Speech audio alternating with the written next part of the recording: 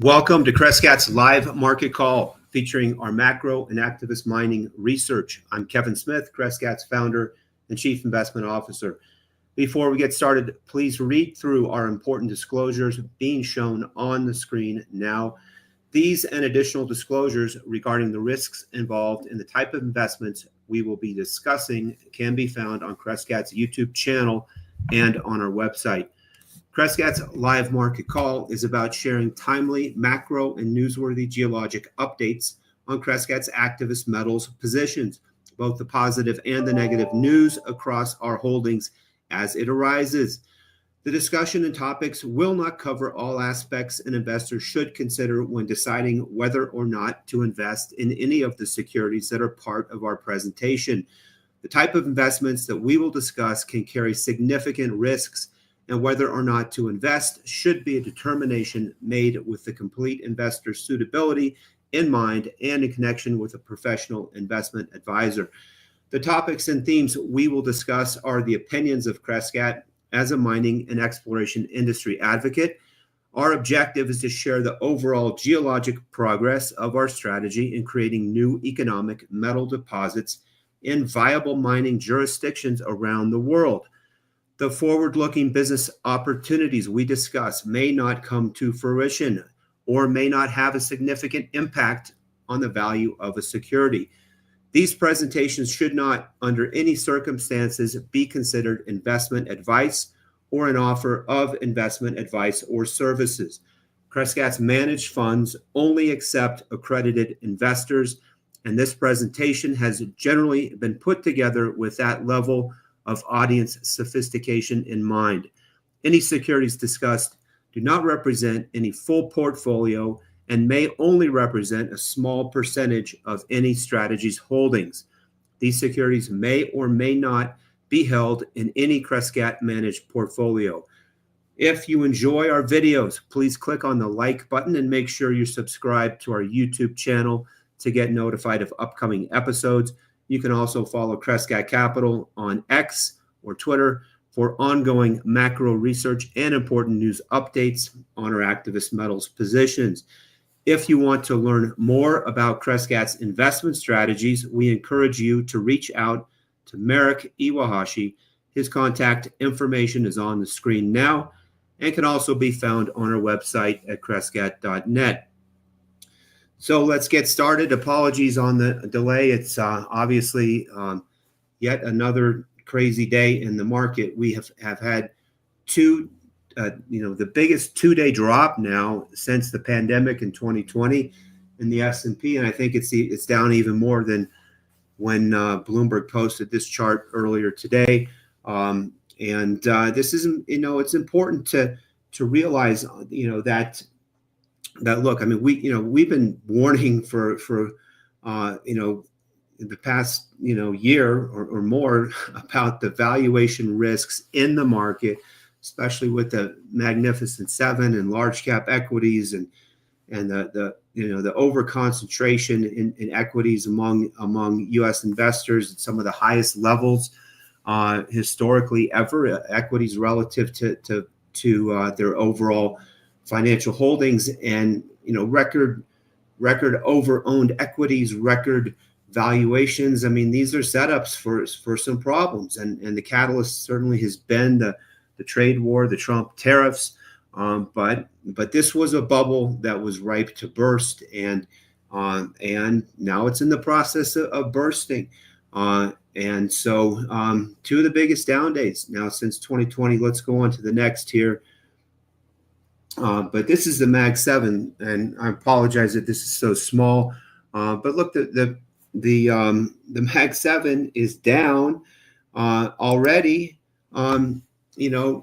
More than 26% now since its high. So we've had a 26% correction in the Magnificent Seven stocks. And look, this is what we have been positioned for, what we've been warning about, what we've been positioned for. And, through put options in these Mag 7 stocks and the S&P 500 and the NASDAQ 100, and in the different Mag 7 stocks. So we've been able to capitalize on this in our global macro and long short hedge funds already. What's happened year to date, and but one must be careful, because now is not the time to be aggressively adding to short positions or to put options exposure. Why? Let's look at the next chart. The volatility index, or the VIX, which today spiked up to 40. These are historic levels. This is going back to 1990. You can see when the volatility index spikes, this is the amount of premium that one has to pay on put options, for example, to get exposure to short positions. This is not the time to be adding put option exposure. This is the time to be taking that exposure off, and that's what we've been doing here at Crescat over the past yesterday and today in our equity short exposure, and just be careful, because a lot of commentators are coming on CNBC and Bloomberg and saying it's time to short stocks, and maybe time to take a little pause here and take a little breather, because we have had already one of the biggest VIX spikes in the history of the VIX, and one of the biggest two-day corrections already. Now, these are things that we've been preparing for, so be careful out there. Let's go on to the next. Powell, Jay Powell, our Fed chairman, was on today. A lot of people were hoping, and Trump was even trying to get him to announce a rate cut, and he basically said, no, we're sitting on our hands here. And why? It's because there's still decent employment. There's still, we had a payroll day today, decent jobs number, and unemployment's still low. And yes, there's risk of contagion from the market correction and the tariffs and the potential for recession, and but there's also the potential for high inflation too, including with tariffs. And this was the University of Michigan, which came out a week or two ago. 5 to 10 year inflation expectations. This is the median. The mean inflation expectation is even higher at truly historic highs. But the median inflation expectation, is still a problem. So we have all this, but payroll still looks good, but there's a potential for economic slowdown, especially with the massive tariffs and high inflation expectations at the same time. And it kind of feels like stagflation. It kind of feels like the Fed is trapped, but the Fed is sitting on its hands, and so. These are the conditions why the stock market is having problems here, and but inflation expectations are still a problem, and it's something that we're going to have to contend with. Let's come down to the next. So one of the trades that we've had on recently in our global macro fund has been a high yield credit spread, widening trade. We believe that that junk bond credit spreads have been just too tight for too long. Well, we're finally getting that blowout in high yield credit spreads. How we have expressed that trade is by being long the both the 2 year. Both the front end and the long end of the curve, honestly, both 2 year notes and the long end of the curve as well in 30s. It's kind of a barbell strategy, and we've been short the HYG. We've been, again, we've expressed this through puts, but to play the credit spread widening, this is a trade. I think that there's a lot more still to play out. Unlike the VIX on the equities that's already spiked enormously, this is really only the beginning of the blowout in high yield credit spreads. So while we have taken some profits on that trade, we still remain exposed to it. So let's look at the other side of that trade, which is both the 2-year note side and the long end of the curve. Here we're looking at 10 years. The entire Treasury yield curve has been coming down. This is it's a little bit contrary to what some people might think with rising inflation expectations. How on earth can yields be falling along the Treasury curve, especially with the huge federal deficits and the inflation concerns? And well, this has been the objective of the current administration. They want to get yields down across the curve. They want to get inflation expectations down as well. And one way they're doing it is there's no Trump put on the stock market. This is part of the negotiations. I know a lot of people, think that doesn't make sense what Trump is doing. I believe there is a grand plan, a grand strategy behind it. It's a geopolitical strategy. It's a military strategy. It's a trade strategy. It's a rebalancing of the economy strategy. It's kind of what he ran on and what he got elected on. But look, this stock market was ripe for a correction. Regardless, trying to save the stock market is not his objective. So there's no Trump put on the stock market, and there is no Fed put either, because Jay Powell is sitting on his hands. So this is what we get for now: free falling stock market, but yields coming down, junk bond spreads blowing out. There's a lot more to unfold, but if you've been short, if you've had equity put option exposure, now's the time to be taking it off, not to be adding more. Now's the time to be cashing in my opinion, and that's what we've been doing in our long, short, and global macro funds. And what's that resulted in? Let's go on to the next. This is just through February, where we already started to capitalize on these put option exposures in our long, short, and global macro hedge fund. Crescat's funds through February, among the whole Preqin database, 1,872 hedge funds with at least global hedge funds with at least a 3-year track record. Global hedge funds meaning all hedge funds. In the Preqin database, we had 3 of the top 10 performing funds. This is just through February, and that's our global macro fund, our long short fund, and our precious metals fund. This is our X side pocket performance. So it's the performance that new investors coming into the fund, into our funds, would receive and have been receiving. You can go to our website, read our full fund side pocket and X side pocket performance. We do have one investment, San Cristobal Mining, which is one of the largest silver mines in the world. Our funds are the largest shareholder. That investment has been placed into a side pocket, and you can look at the returns on that separately on our website if you're interested.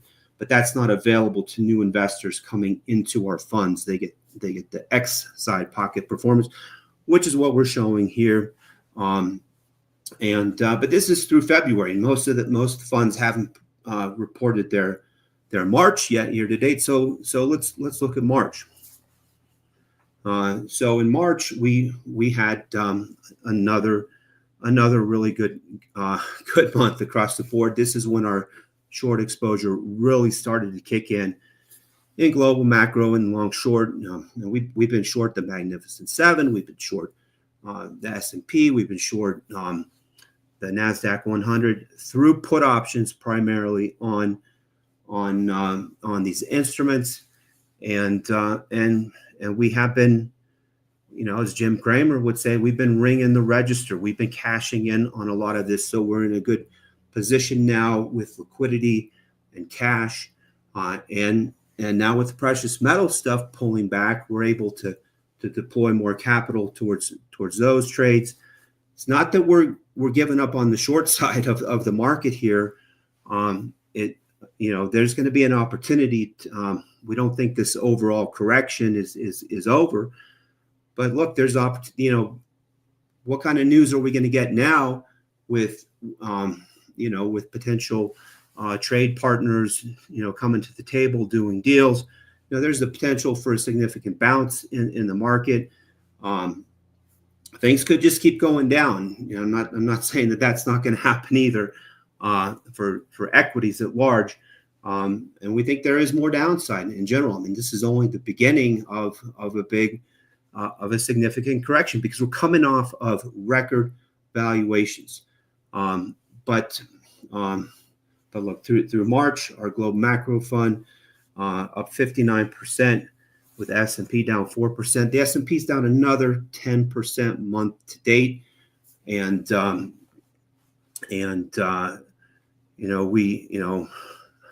we're doing okay month to date. Global macro fund is up, and the market's down 10%.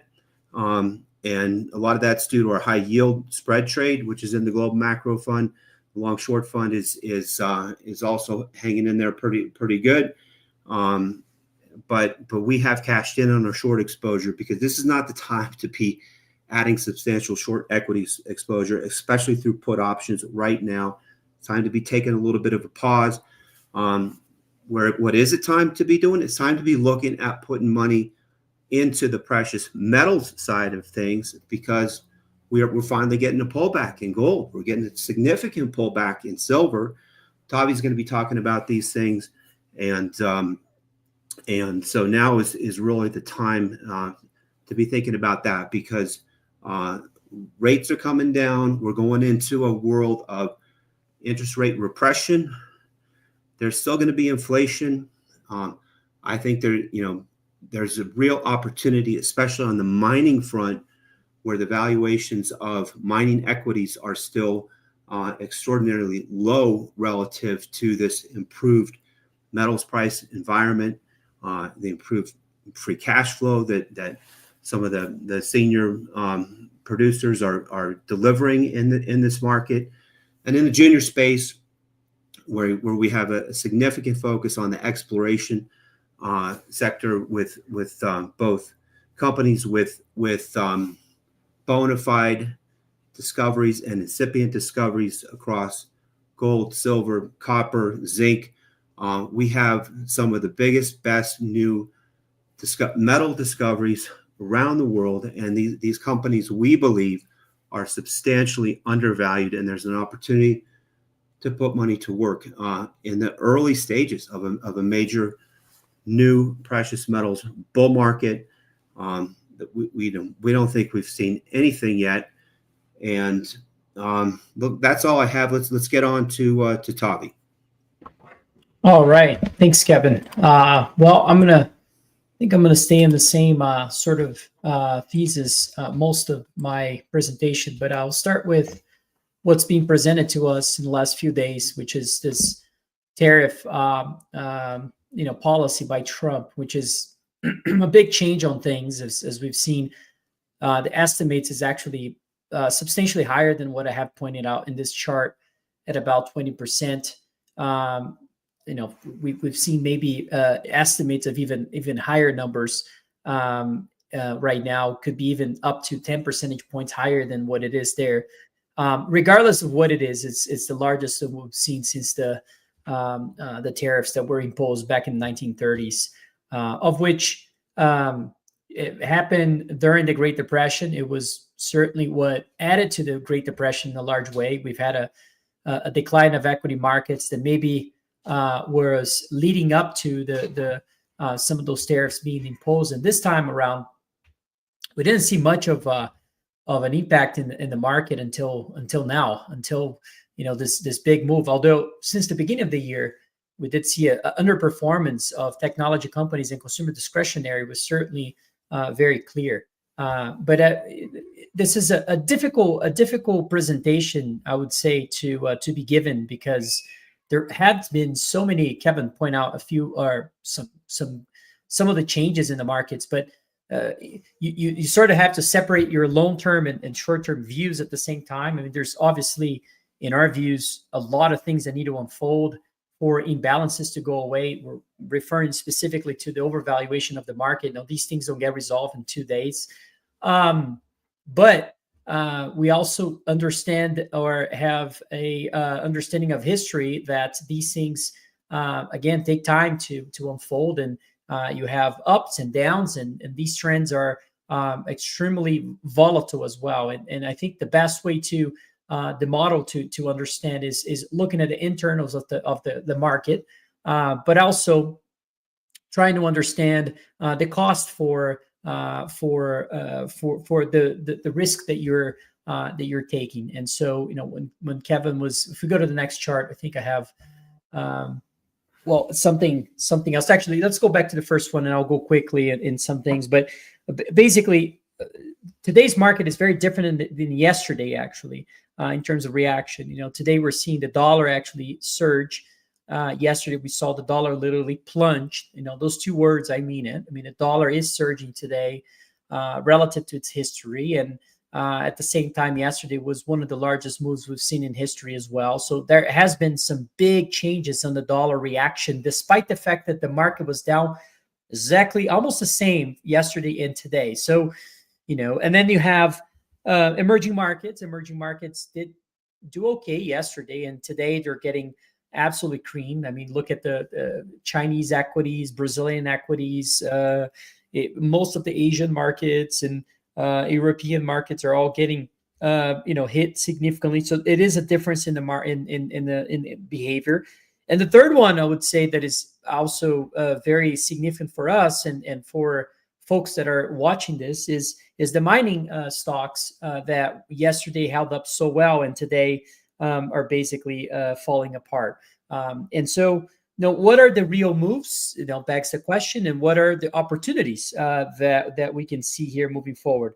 Another thing I would point out, and this kind of big 2 days down, and now I think Kevin said about a lot of folks on TV, sort of pounding their chest and being so bearish at the moment, and VIX spiked to levels that we haven't seen in a long time. I mean, there's an old saying that it's a difficult proposition to be shorting the market when the VIX is above 30.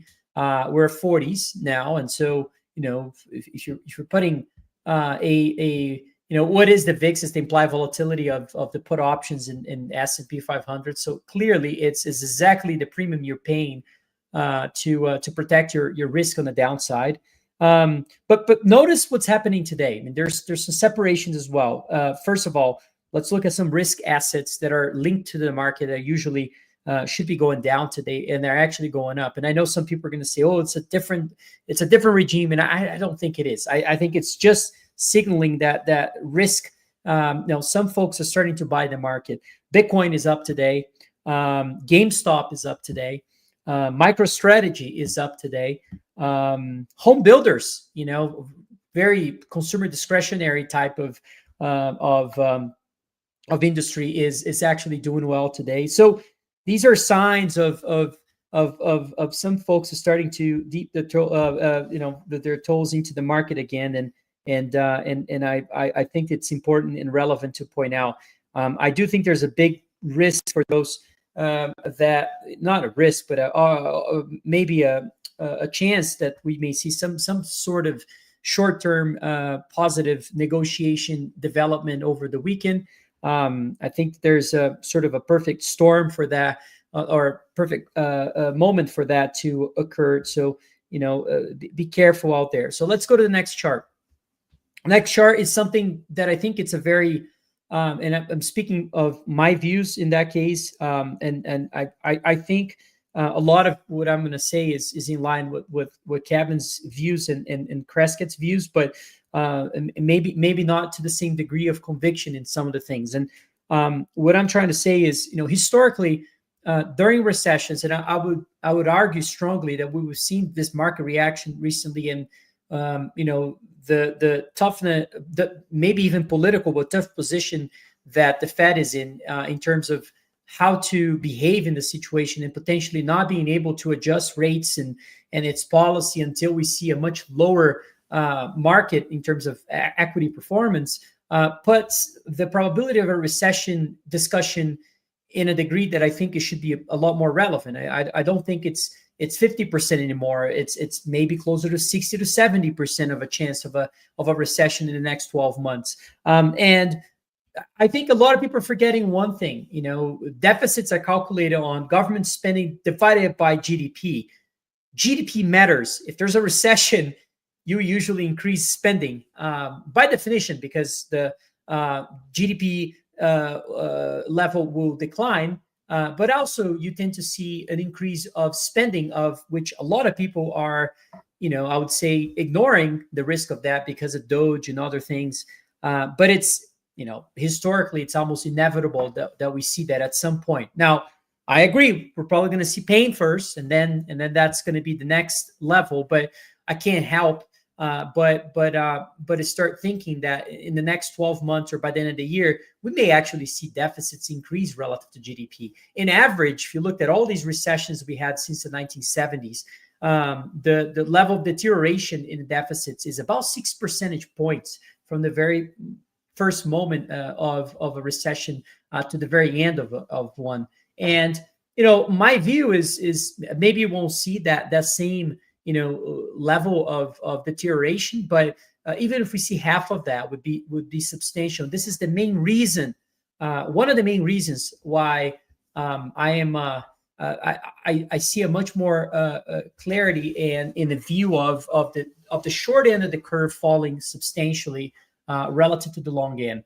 I think that this is maybe a contrarian view. I don't know, but I do think that the 2-year yield is I looked at studying Druckenmiller and listening to him over the years and decades of what he's done, which is remarkable as a macro trader, macro investor. And it's, to me, seeing where rates are even right now, after a big decline already, we're approaching 3.5% now.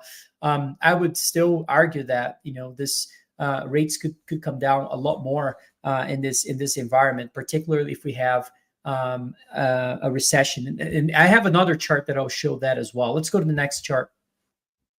I'm not going to dwell on this, but just to show how VIX is, and then Kevin showed the chart. The only different take I would, not different, but I would add to his point about the level of volatility where we are now is look back in the early 2000s and see how many instances of those spikes that we saw during that time. I would suspect that we're probably in a regime that will look like that. That we saw, several spikes across that 40 and go back to 20 and then go back to 40. And if you study those spikes, every time you got above the 30 and 40, the risk of being short the market increased substantially.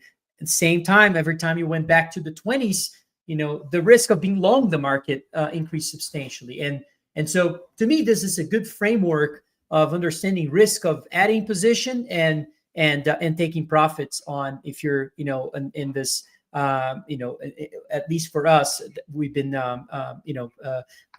deploying capital. So let's go to the next chart.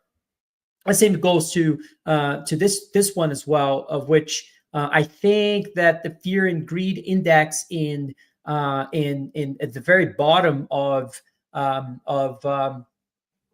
the COVID recession that we had, and that crash in March 18th, I think, was the very bottom of this index. I believe we hit the exactly same number 4 in terms of extreme fear.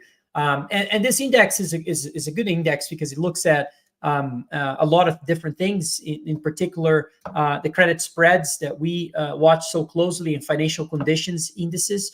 And things are probably in that front of extreme fear right now. And I would suspect that at some point we'll go back to the neutral and greed area, and then we'll have another opportunity to be bearish in an extreme way once again. And I would also mention. Well, let's go to the next chart, because that's sort of irrelevant at that point. But here is something that Jay Powell actually commented in the past that he said, I'm not seeing the stag and I'm not seeing deflation. And so I separated stag inflation. So you've got sort of two phenomena happening right now. Short-term inflation expectation or the break-evens, which is the market expectation of the CPI, is in the white line, and the red line is the 2-year yield in nominal terms. And so you've got a decline of the 2-year yield that at the same time you did see an increase of inflation expectation by the market. So inflation has been increasing, and stag has certainly been developing in the markets near term. So basically, we didn't see much of a decline in inflation expectation near term, and we're pointing to 3.26%. Now, my view is that I do think the Fed is going to be very stubborn on reducing rates quickly, and I think we're going to see much lower markets before the Fed being able to justify lower rates. The Fed was actually asked that question today in its interviews, and of which, what would you do if you have the labor markets showing deterioration, but at the same time inflation rising substantially? In other words, what do you do if you have stagflation? How would policy respond? Would it respond to deflation or would respond to the stag? And his answer was, it depends on how much of the stag or deflation is away from its target. The one that is farther away from the Fed's target would be the more relevant one to be emphasized when it comes to imposing policy. And I don't think any of these two are too far from the Fed supposedly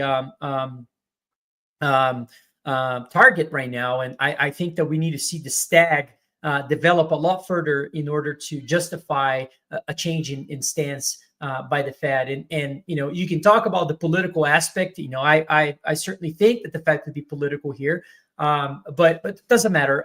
You can even make the point that if they just look at the data that they think it's relevant, CPI, PCE, and all sorts of other things, instead of true inflation, which a lot of people have been pointing out that has been declining, and even the market expectation of long-term inflation expectation on the break-evens that has been in a different position. Maybe you could justify that, but it doesn't seem like the Fed usually looks at those things, at least historically, to form an opinion. And so this is why, even though people say CPI is not relevant, it is for policymaking, and you have to pay attention to it. So let's go to the next chart.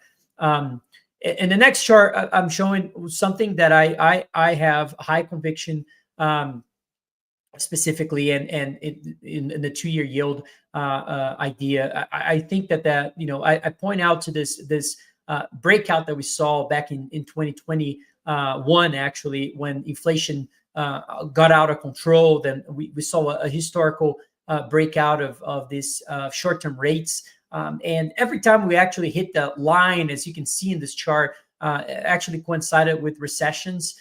So when 2-year yield was gradually being the next peak that you see here was always a lower peak, and so we had lower highs formation in this chart, technically speaking, until now. And I would suspect that we're probably going to retest that level once again, of which is substantially lower than where we are right now. And this chart was done a few hours ago, so it's quite updated in terms of the number there in 3.58%. So it's a high conviction that I think that the rates in the 2-year will have a high potential of being reduced substantially. Let's go to the next chart. And if you look at the inflation expectation curve in the market right now, you can also see that the 2 versus 10-year break-even are now inverted in a very significant way. So basically, the market is worried about inflation near term and not as worried about inflation in the long term. And so you can see that this inversion of the 2 versus 10-year break-even, which is something we did see at the last inflationary environment of 2021, when we saw the first wave of inflation as well. So it is important to see the inflation expectation on the curve itself is behaving like we are in a near-term inflationary problem here as well. Let's go to the next chart, which could add to the Fed, being stubborn. Now, this chart is extremely important in my view. So, 2 days declines. Interesting that Bloomberg had that chart that Kevin was showing of the 2 days declines being one of the largest in history. But look back, what I think it's just adding to that point that I think is extremely relevant is that when we had those 2 day declines in those times, actually it was very close to some important bottoms in markets. I mean, the 2008 era there that you see in this chart took a bit longer, but you can see that the Fed was already cutting rates substantially. The Fed rates were at about 1% during that time when we saw that big decline. The one in during the COVID crash was rates were about slightly higher, about 1.25%. And just to give you some sense of how off we are, with the level of turbulence that we're seeing in markets, and how the Fed is unlikely to step in anytime soon, in my view, and we're still at 4.5%. And so, when I see these rates where they are, I can't help but think about things like the credit spreads and all sorts of things are yet to blow out even further, much higher. But near term is a difficult. It's difficult to commit to that idea right now, but certainly rates are substantially higher than they were during other times of turmoil, of which could be the level of stubbornness that can be very important, critical to sort of cause further deterioration. By the way, usually when back in when those similar tariff policies were imposed back in the 1930s, we did see rates actually go from 6% or so from the very peak of the market all the way down to 2%. So they were cut by 2/3 as those tariffs were imposed. And right now we're about 4.5% on the Fed funds. I could certainly see a world where when things just start to really deteriorate, causing the Fed to actually act on things, and the Trump actually pressuring Jay Powell quite substantially, especially in a tweet today. I would suspect that later on, once things get a lot worse, the Fed will be forced to cut rates, and this is why the 2-year yield will probably signal that much quicker than the 4.5% that you're looking at in the screen, which is the overnight rate. Let's go to the next chart. This decline of the dollar that we saw yesterday and not today, and I thought was, now I'm sticking with my view here because it's so important when you have those big changes in markets, when the dollar is falling along with the market falling. And it reminds me of this cover magazine by the Economist, of which I have a collection of covers, of magazine covers and newspaper covers. In fact, I own that one. But I find it interesting that these covers are, terrible timing indicators and actually great timing indicators when it comes to, contrarian views about what's been published. And in this case is that the dollar, was doing so well during that period as Trump was, increasing the probability of getting elected and so forth. And the market was basically rewarding the dollar versus other fiat currencies at that time. And that was when this cover came out. And I was really forming a very bearish view on the dollar at that time, of which we put out 2 or 3 letters specifically about that bear case, of which was wrong initially. And now finally we're seeing the first moments of that, what I think it's the first inning of that long-term decline of the US dollar versus other fiat currencies. So if we go to the next chart, you can see what I mean by that first inning. I do believe we're in the process of a major rotation in the market. And I can't help but also point out the fact that yesterday I put out a chart of gold outperforming the S&P 500 over the last 10 years. I mean, who'd have thought? It's been so much. Yeah, recently people have warmed up to the metal, but there has been so much skepticism about gold being a pet rock and it doesn't have a place in a portfolio. And now, I mean, it just outperformed the S&P over the last 10 years. I mean, it's something to be aware of. But at the same time, I also think that it means that we're entering a phase. This is just my views, that hard assets are likely to outperform the S&P 500. Now, I understand that this chart, the white line in this case, which is commodities to equity ratio, has been shown by other people, including myself, many times in the past. But what it hasn't been shown is the blue line.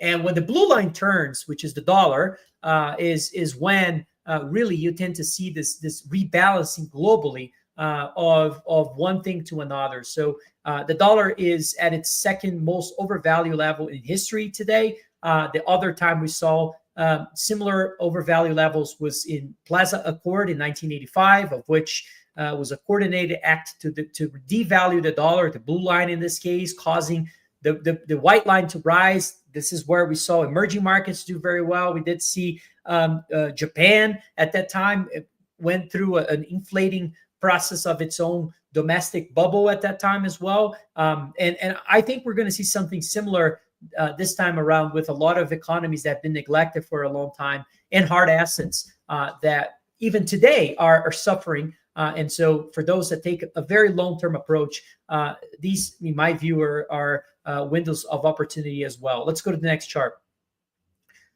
In this chart, you can see something that it's new and it's just starting in terms of behavior. Is the red line is the dollar, and the white line is financial conditions. Financial conditions have been tightening recently because of what's been happening, and credit spreads have been rising, and even other signals have been valuation have been contracting, and all sorts of things that usually go into that white line. But what people are not mentioning is the fact that the dollar is reacting the other way. So the dollar is devaluing as the financial conditions are tightening, of which, as you can see in this chart, is a new relationship that we're seeing now. And I believe this means that the dollar is no longer a safe haven, as a lot of people thought, especially the regime that we saw back in 2008 when the dollar was indeed a safe haven. I don't think we'll behave that way in this cycle. And so this is why I'm pointing this out. If you listen to Steve Moran's interview actually last week, which to me was probably the most relevant interview that we've had out of all these speakers out of the Trump administration recently. I think it trumps a lot of interviews that we've had over even since the tariffs were imposed here. But the meaning of it was or what it was meaningful was actually his communication towards how much the administration is focused on reducing this issue with trade deficits being so chronic over the years. And I don't know how you fix that without devaluing the dollar substantially versus other fiat currencies. And so I think that's just part of the policy in my view, and therefore why outside of the organic issues that we may see causing the dollar to devalue, I think there's also actual interest of the government to do well. Let's go to the next chart. Next chart is a chart that was sent to Peter Kraut, sent to me this chart, and I thought was a great way. He knows that I have a view about the rest of the world outperforming the U.S. in the next decade, and a fidelity chart. It's hard to see, but it's basically looking at different regimes over all the way to the 1970s when we have, the blue is the U.S. The red is the U.S. outperforming, and the blue is the rest of the world outperforming. And it basically shows how much of an outperformance period we've had for the U.S. this time around, and the likelihood that we may see actually the blue come back around and do much better. And so notice the 1982 era, which was that period when I showed the Plaza Accord and that transfer of capital from the dollar to other fiat currencies and other non-dollar based assets that benefited tremendously. And that was one of the biggest outperformances of the rest of the world versus the US. This to me is a very critical chart. I mean, this is such an important aspect or I'd say point to that gives me conviction to have that view as well. Let's go to the next chart. The next chart, I'm looking at the gold to oil ratio. I'm almost done with my presentation. This gold to oil ratio today is surging. Oil is down twice in a row. Look, I'm pointing out a lot of things that we have been right recently. Let me point out one thing I've been very wrong. Oil. I've been very bullish on oil, and boy, I have my face ripped this last few days. Oil is down, substantially this last 2 days. And my view on oil has always been about the fact that we've had so much deglobalization trends. And I believe that oil is I'm just simplifying the thesis, is a great way of a proxy of issues geopolitically. And given what oil prices are in terms of levels right now, relative to all the problems we have in the rest of the world, I can't help but see some sense of asymmetry in terms of upside for oil prices moving forward. And so, to me, this is an interesting setup, especially when you have oil really cheap relative to gold now. But the other thing that this brings to the table is the fact that if you're running an open pit mine, if you're in the mining industry and you're running an open pit mine, that just means your margin just improved substantially. Well, that's interesting. We haven't seen margins like this for mining companies for many other reasons, because of how much metals went up, gold specifically, but also now because energy prices are falling. And so this is a very important development as well for the mining industry, particularly the producers in this case that have open pit projects, of which in average you would account for about 30% of energy cost in most of these open pit projects, just an average. All right, let's go to the next chart. Same thing is if you look at the gold to silver ratio, then now it is at 102. Who would have thought that silver would be technically oversold at near $30 an ounce, with a gold to silver ratio of 102? And on top of it all, how long do we usually stay at these levels? Now, you can look at the chart yourself and do that. And the other way to do it is maybe look at the performance of silver after you hit those really extreme gold to silver ratio moments. And I suspect that after one of the largest 2-day declines in silver prices in its history, I suspect that a lot of this is overdone as well. But again, that's just my 2 cents. Let's go to the next chart.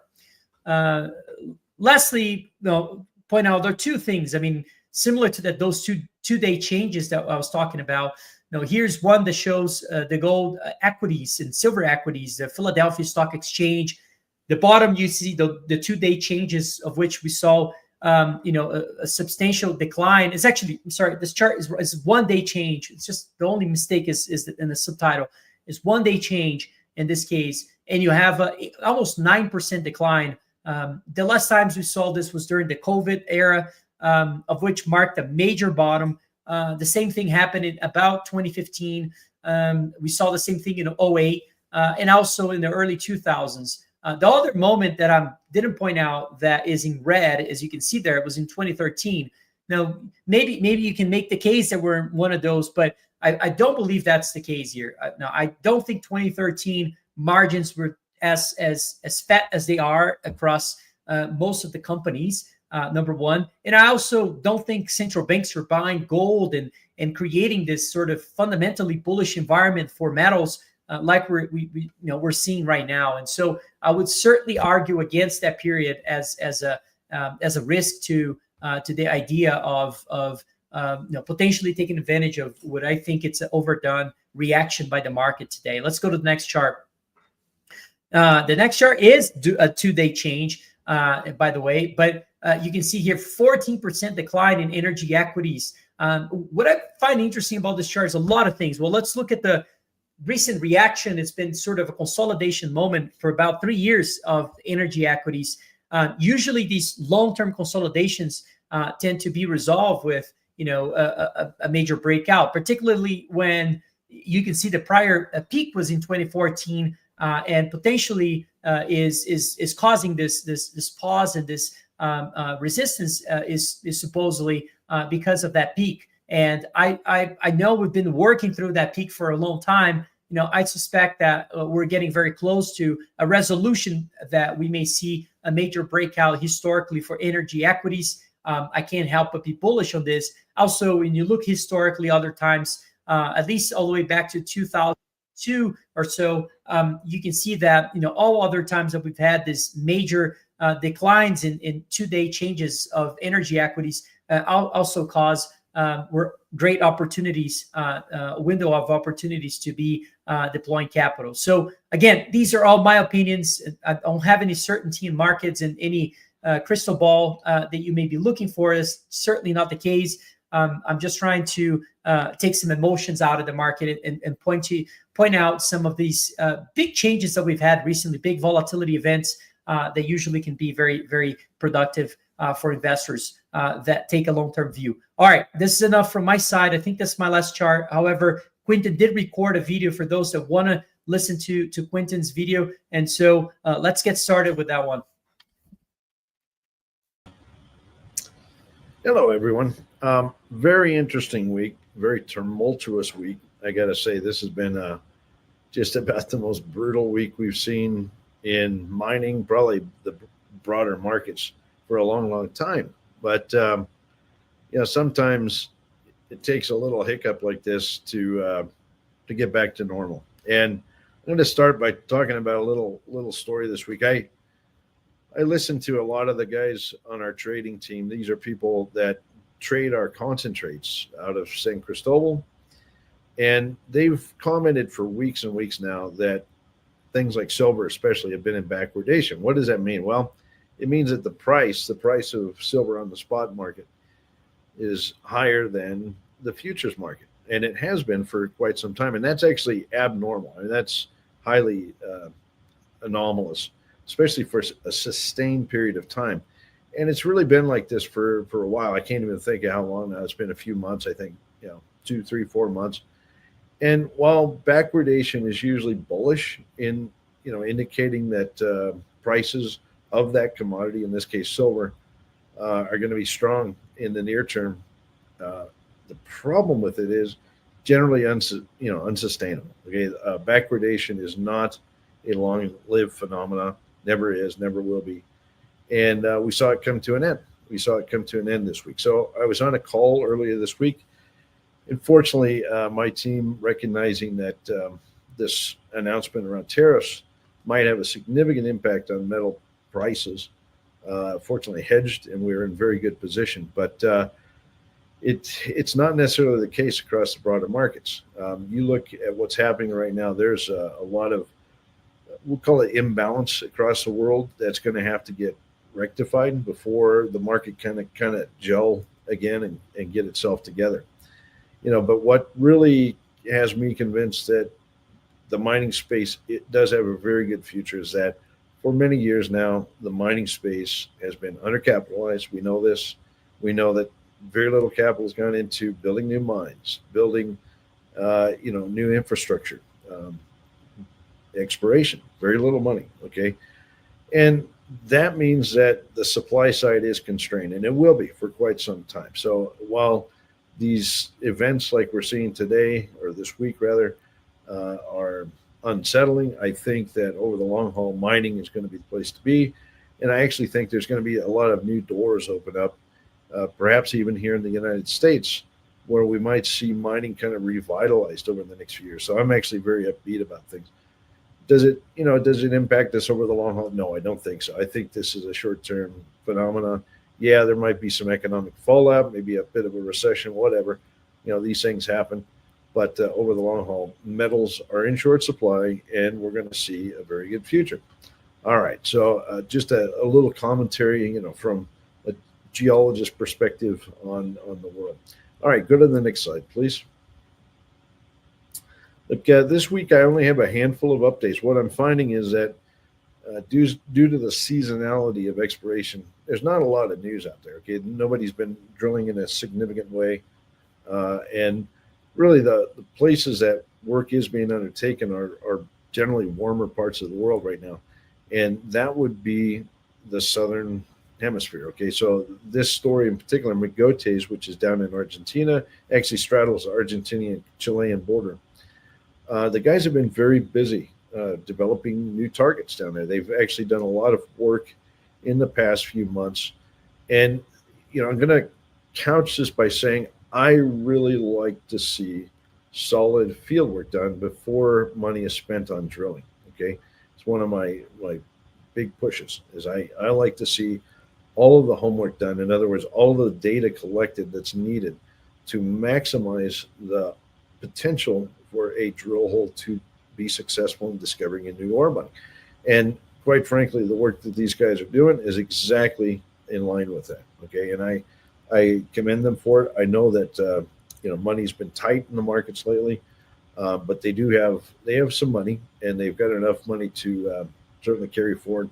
They've cleaned up their land position recently. They got 100% control over the entire land package now.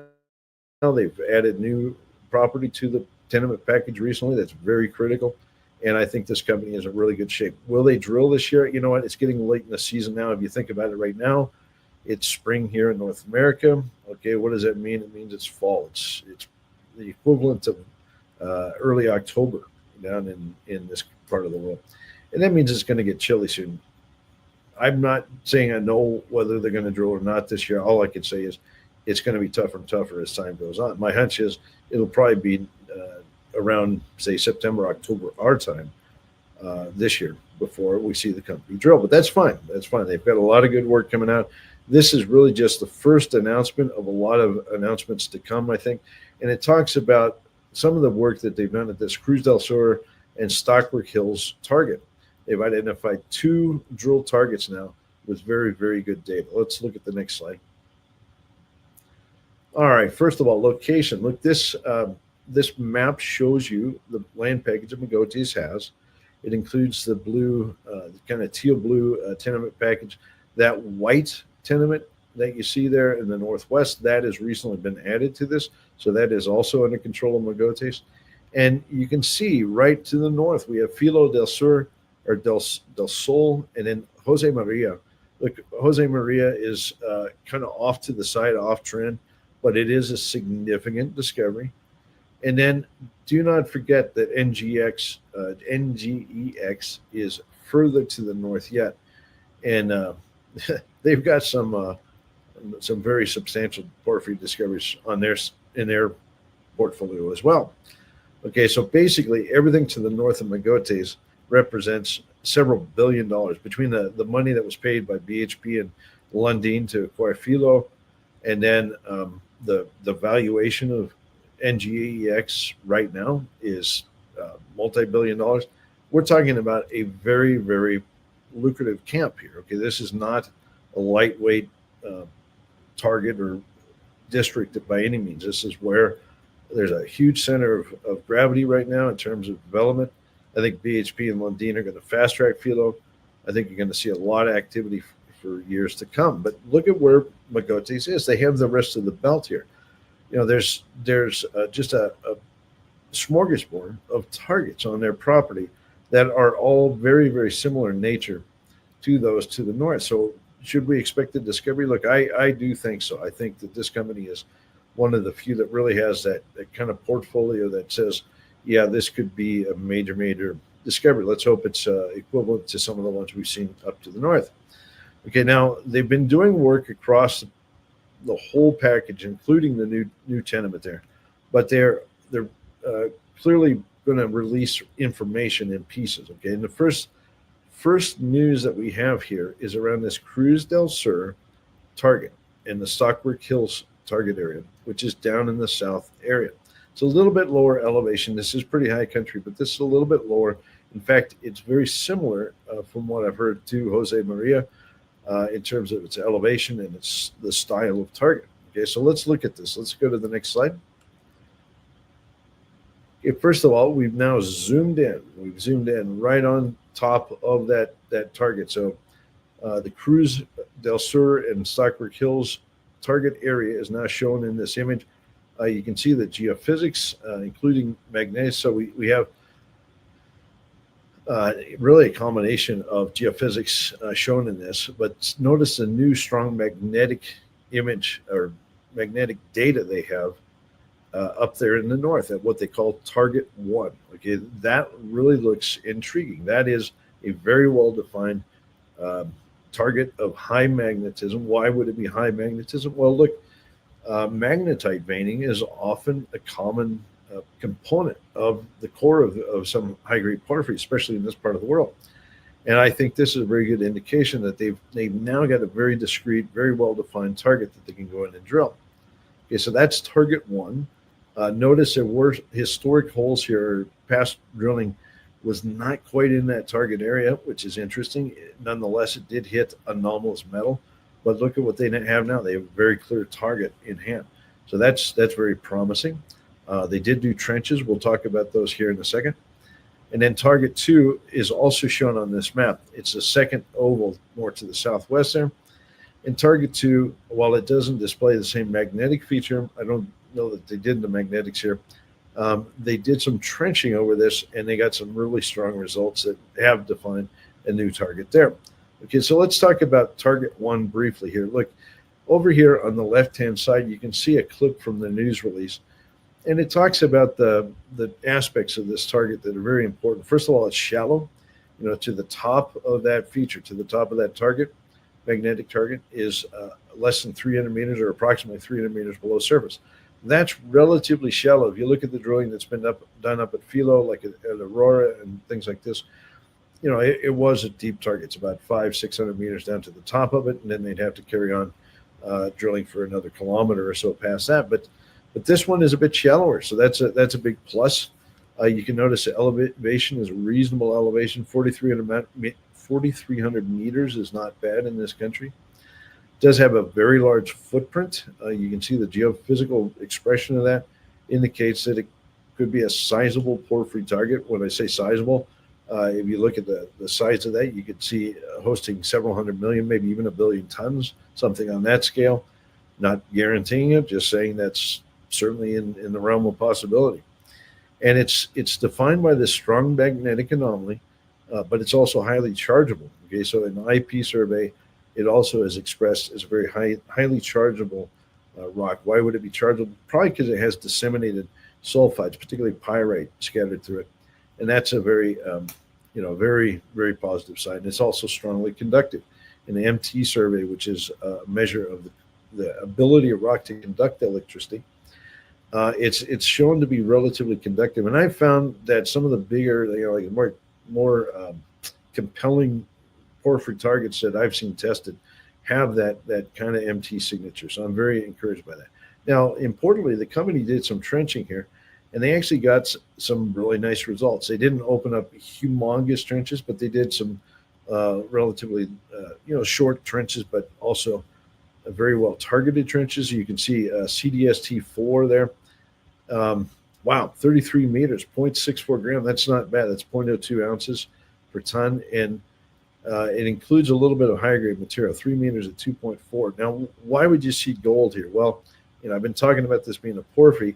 We're probably seeing the upper part of the porphyry system here, kind of the epithermal regime, which is where you would find precious metal. Okay, now the other trench there, CDS extension, 12 meters of 0.7 gram gold, again, very strong numbers. That's telling me you got a nice stout mineral system here, and I think we're going to see some a real good drill target here. Basically, I think we're going to see some exciting news out of this once they do get to drilling it. Okay, now we're going to go to the next slide so we can look at the second target. Go forward, please. All right, here you can see this is now in cross section. We can see in cross section both targets 1 and 2. So first of all, look at that magnetic anomaly. That is coincident with the IP resistivity or IPMT. That is just as compelling as I've ever seen. I mean, that's just a dead ringer for a porphyry target. Notice that the samples, the trenches that I spoke about, are sitting right above that magnetic feature. I think this is a walk up and drill target at this point. Now think about this for a second. If they had tried to come in here and drilled without having this data, they might have poked holes off to the left or to the right of that feature, and they would have missed. They would have gone away saying, gee, we saw a lot of good alteration, but we didn't hit, such is life, whatever, let's get out of here. No, that's not what they're doing. They now have a really good target and they can test it. Okay, so patience will pay off. I would say target 2, less defined in terms of magnetics, but boy, that that geochemical expression at surface is really compelling. Here we see a relatively shallow target depth, so it's maybe 350 meters down to the top of the target. It is the same elevation as target one, so it's about 4,300 meters. But notice the trench results down here. Now this is interesting because in this case there is significant copper in the trench results as well. So it smells a little bit more like you're deeper in the system. You're basically getting down into the porphyry part of the system rather than the epithermal part like we saw over in target one. We have 147 meters of 0.2 gram gold, 600 ppm copper. That's not too bad, guys, including 12 meters of 0.29 gram gold and 0.32% copper. Look, for the halo of up above a porphyry, that's not bad at all. Could this all be one system? Yes, that's my hunch. Okay, so I know what the company hasn't really portrayed it like that, but my gut says that target one and target two are, basically connected. Okay, there's something like they're all part of one bigger mineral system. Okay, what does that mean? Don't know. Maybe there is, like they say in their slide there, a conceptual deeper porphyry target that's driving all of this. We'll see. Okay, but they have really good drill targets now, well defined. They won't just go in, waste some money drilling holes willy-nilly. I think they have something they can hang their hat on. Okay, but we got to be patient, wait for them to get in there with the drill. Go to the next slide, please. The last image I want to leave you with is this one. This really got me excited. Okay, this is actually rock from the trenches. It's that CDS extension, so it's a target one. And man, I'm telling you, like the veining in these is just to die for. That when you see little veins crisscrossing every which way like that, and basically multiple pulses of mineralization, penetrating to this rock, that smells like a really strong porphyry system. Some porphyries, they come up and they kind of pop once. Others come up, boom, boom, boom, boom, boom. They just do it over and over, and that's where you get to your higher grade system. And what's intriguing here is that you do have some pretty good copper numbers here. Okay, like you're seeing both the copper and the gold. Again, you got the gold is kind of doing its own thing. It's kind of going up into the epithermal regime mostly. But the copper here is striking. Okay, and the list of trenches are at the top there. You can see the numbers. I really think they're onto something. And again, very patient and can't wait to see them drill this. All right, go to the next slide, please. Okay, Anglo Gold Ashanti. This news release came out recently. I think it was in the past 2 or 3 days. It's basically, it was actually a week ago. Okay, a little over a week ago.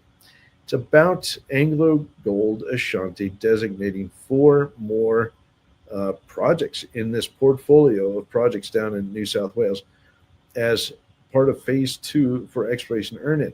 That means that Anglo is basically committing spending significant money on each one of these targets to advance them. Not only do we have the Duck Creek target, which I think drilling is actually currently ongoing. And maybe, who knows, maybe we wake up and see some news here pretty quick.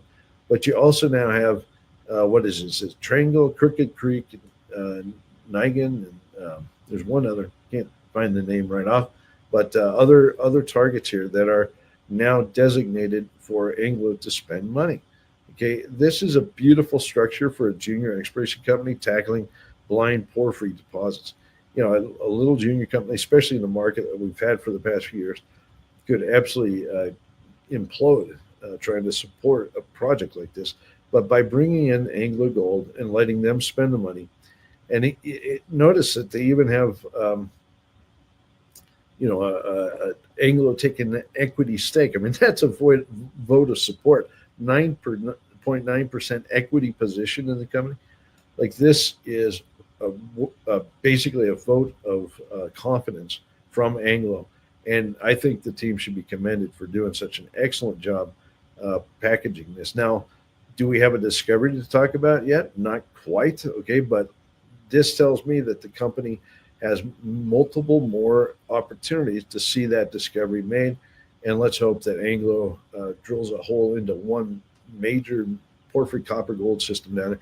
We know there's big systems down there. Look at Cadia. Cadia is was a flagship of Newcrest, now under Newmont. It's a major mine that's going to go on for decades. These are mega deposits. They're on an elephant hunt, and I think they have the right structure. I think this is, if anything, a model for other companies to follow. All right, go to the next slide. Okay, Electrum came out with news around their first phase drilling in Serbia.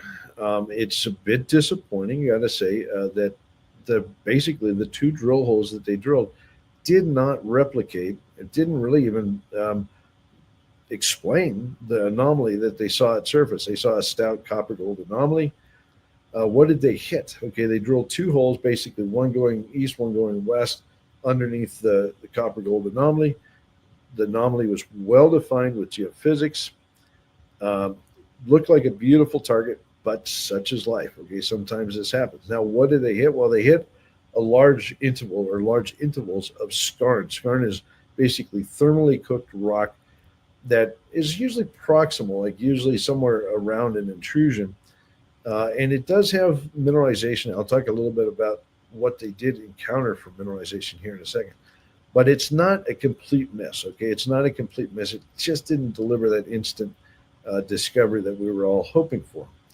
Okay, so lots to think about, ponder here, but maybe the company, especially given it has support now from this BHP Explorer Accelerator program, can regroup, can reanalyze this target, reanalyze its approach, look at other targets around the property, and maybe they find something even better. But let's talk a little bit more about the drilling. Go to the next slide. Here's the target. Again, this is the contour colors that you see there are geochemistry. So it was a very strong copper gold anomaly. I think in this case, the copper is what's being contoured there. Very stout, very sizable copper anomaly. And they drilled right underneath the darn thing. Okay, so they got one hole. The top one basically goes from the west to that's where it starts and is inclined to the northeast, and then the other one over here starts in the east and is inclined to the west southwest. Okay, so they basically both go under that copper anomaly, but they didn't really explain it. I'll say that. Like, yeah, lots of skarn, but they didn't see stuff similar to what was seen at surface. Okay, so that's a bit of a mystery. I got to say, that's a bit of a mystery. I'm not sure what's going on there. Maybe they drilled under something. Maybe it's coming in sub-horizontally or something like this. Don't know yet. Don't know. Let's go to the next slide and look at what they did hit, though. Okay, so up at top, they talk a little bit about the mineralization they did hit. They did hit some numbers. Okay, it's not like it was completely barren, but the gold was ranging, 0.1, 0.5 gram, somewhere in that range, in just 20 samples out of the program. I think the highest sample is at 1.65 gram per ton gold. Again, it's not barren. Okay, it's not barren. It's just not what we all hope to see. Okay, it does say that the mineralization, the gold mineralization, was in skarn. Right, that's telling us we're near something. We're near some intrusion somewhere, and they need to do more work to better understand where that thing is. Silver is also anomalous, up to 109 grams. It's not bad. And then copper was up to basically 3,090 grams, or ppm is about 0.3% copper, okay? And you can see in the photos down at the bottom, yeah, the rock looks very well cooked up. I mean, it is thermally altered.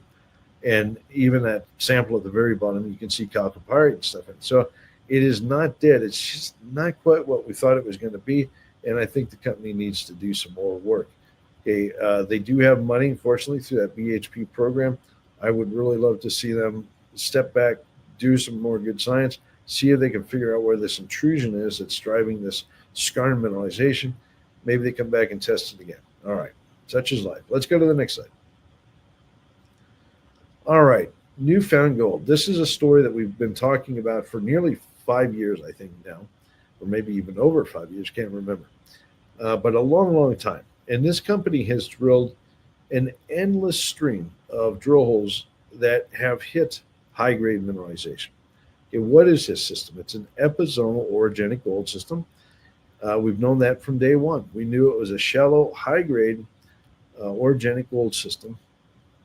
And from the first hole, which I think was 19 meters of 3 ounces or something like this, we've seen just an endless stream of high grade intercepts out of this project. Okay, so I'm going to point something out, and I'm going to just be very frank about the first 2 lines there. Okay, indicated and inferred mineral resource. You look, think, okay, 18 million tons, grading 2.4 grams. Okay, that's not quite anywhere near what we've seen in drilling. Okay, that's a bit of a head scratch. It does amount to 1.39 million ounces. Not bad. That's pretty good. Inferred mineral resource, 10.7 million tons, 1.77 gram per ton gold. That's about 0.61 million ounces. So, if you combine those, yeah, we get 2 million ounces here. But the grades, weighted grades, somewhere around 2 grams will go. All right. What happened? I'm going to tell you, this is one of these cases where I think there's going to have to be some hard looking at the system and how it's been modeled, how it's been treated, how it's been drilled. Do I doubt the geology of it? Not one bit. Okay, I've followed this program. I was a director of the company for like the first 2 or 3 years. I didn't agree necessarily with the company just drilling ad nauseum like it did. It drilled, I think, 700,000 meters or something like this. But this doesn't make sense. Okay, to me, how do you have the Mother Nature telling you you have a high-grade gold system?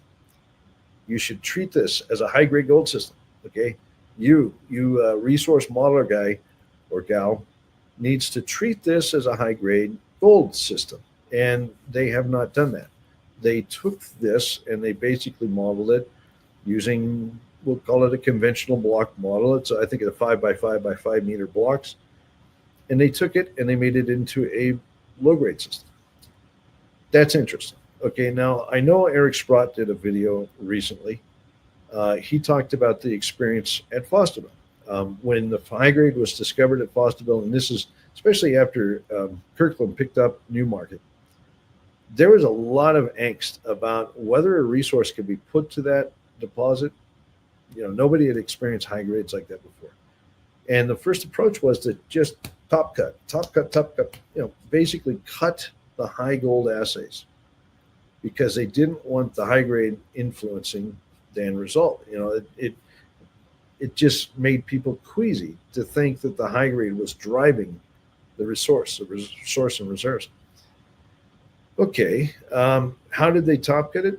It was a bit arbitrary, I got to say. Like, I watched the whole process, and they had these arbitrary top cuts, and they kept, as they mined more, they got a little bit more comfortable, and they started lowering the top cuts, started with a lower top cut, and they started raising them as they saw that the gold was actually there. Oh, wow, gee, who figured? Okay, but the nature of people, many people, especially in resource modeling, is to take high grade and just try to make it go away. Like, it's too spooky to deal with. Okay, and I'm not saying they made it go away entirely here, but they've done some stuff here that did not treat this in a way that I would think, some other resource modelers might. Some people who might say, this is a high grade gold system. Let's model it as such and see what we come up with. Okay, I know people watch this video from time to time. I did meet the new management of the company here recently. I guess I would throw this offer out.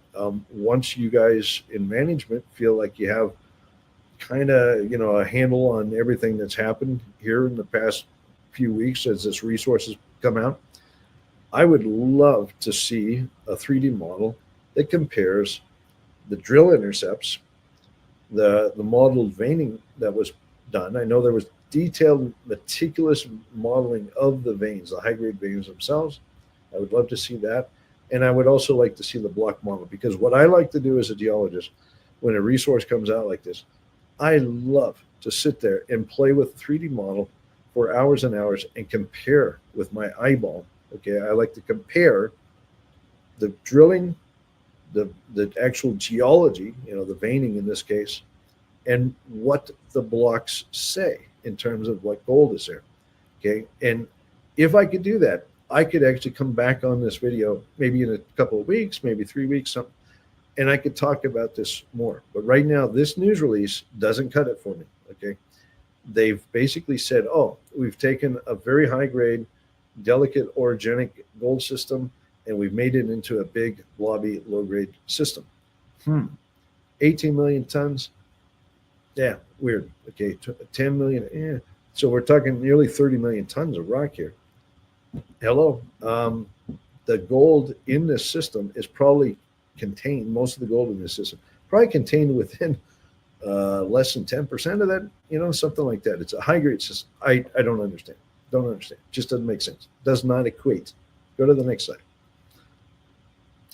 Okay, and here's further evidence for that grade tonnage by cutoff grade. Okay, what is this looking at? Okay, it's got both indicated and inferred resources. And then they've used various cutoff grades over there that on the far left, each one of those numbers is basically a cutoff grade where they can see how many tons, how many, and how impactful it is on the grade of the material, as well as the gold inventory, the gold metal contained. Notice that as you go from like 0.3 gram cutoff to 0.4 to 0.5, there's not that big a change. Okay, there's very little change in the number of ounces. Okay, so first of all, that tells me right there's a whole bunch of tons in the 0.3 to 0.5 gram range, in that cutoff range, that are just basically fluff, nothing. It shouldn't even be part of the model. That's goofy. Okay, like whatever.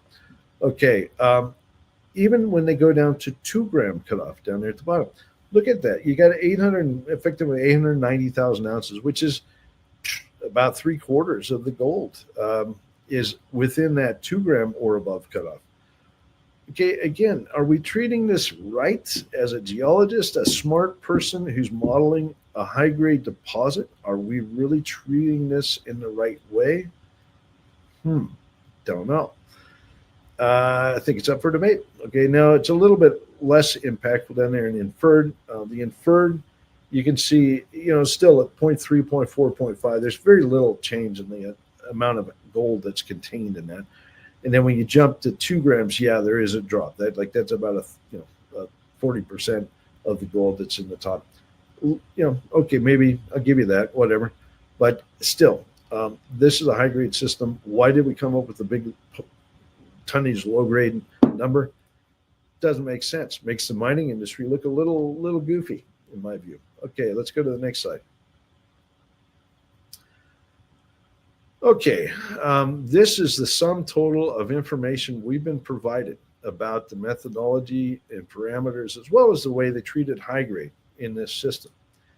And I think it's really important for investors, retail investors especially, to start learning this stuff. Okay, I got bad news for you, but if you want to invest in mining, you need to understand this stuff, at least to a degree where you can understand what they're saying and why it might have had an impact on this. Okay, first of all, they did use the 0.3 gram cutoff as their cutoff grade for the maiden resource here. All right. Now, looking at and they have the minimum width of 1.8 meter. It's interesting because so basically they've got a minimum mining width of 1.8 meter. I guess that would be for underground, presumably. But then they talk down below there about using 5 by 5 by 5 meter blocks. Okay, so yeah, in the open pit, they're basically using very big blocks for veins that we know are a meter or two, and this is just the nature of the beast. Okay, but they did not apply a wireframe of veins and the grade within the wireframe model, say, to actually figure out the amount of gold that's in that geologic feature, like veining. Okay, they didn't bother. They just said, "Nope, we're going to treat it like a block model," and here we are. Okay. All right. Where would it go with this? Well, I'm going to take you over here to the high grade restriction, because this I think is most impactful. They say within the AFC, that's Appleton Fault Zone, core high grade restrictions were applied with the restriction process involving 2 key components: grade restriction threshold. Okay, what they're saying is they capped it. Okay, obviously. Did they say what they capped it at? No, it's not here. So you guys as an investor, especially retail, sorry, I'm using that term, but that's, it's a fact of life. Okay, you are not being given much information to go on here. Okay, how did they cap it? Did they take anything above 30 grams and knock it back to 30? Don't know. Did they take everything above 50 grams, knock it back to 50? Don't know. Did they have some statistical approach? Don't know. They didn't say it in here. Shame on them. Okay, they should have. Okay, I know that it'll come out in a report, but they should have it in this doggone news release. Doggone it, and that's really disappointing. Disappointing to see this level of reporting around how they've treated high grade, because this is a high grade system. All right. Now, they also restricted the search dimensions. Okay, so basically they're saying, okay, we're going to chop high grade numbers down to a certain level. Okay. But then we're only going to let the computer model that out for a restricted distance, because we don't feel comfortable. We don't feel comfortable that computer should be able to project and maybe connect with high grade in other holes. That's crazy. It's just crazy. So they basically constrained it. They said, no, we're not going to let that high grade wander off from that drill hole, basically, in terms of computer language. Wow. Okay, so this is doubly capped in my view. I mean, basically, they've capped the high grade, and they've capped the ability of the computer or the search ellipsoid to actually look out and start connecting. What does that mean? It means a lower outcome. Okay, and this is what happened with Kirkland Lake at Fosterville. They got in there and they started mining, and lo and behold, the gold was there. They started seeing way more gold than they thought. And then, they started to feel more and more comfortable, and they stepped back up into it. And they actually got by the end of the tenure that Kirkland had there at Fosterville, they had a model they could reconcile pretty good, but not in the beginning. They abused the high grade to the nth degree because they felt very uncomfortable. And I think we're seeing the same phenomena here. I think if Eric Sprott watches this, I think he would agree as well. He mentioned some of the same points that I just made around Fosterville. All right. So, what's the outcome here? Look, I'm going to wait till the 43-101 report comes out. I would love to see that model, a 3D model, where I could sit and study it. Maybe I could even show people on a video sometime. All right, let's go to the next slide. Okay, Novo. Novo's got money again. It did sell about 750,000, I think, shares of SCM last year, which raised cash, and it's badly needed cash. It gets them back into exploration mode. We picked up 3 projects. I'm a director. Picked up 3 projects in Australia that I think are high quality. Now, are these things that we're just going to commit to spending huge amounts of capital on? No, they're basically attempts to try to lock in one of the more prolific exploration targets out of this portfolio, and see if we can get some traction in the next exploration space.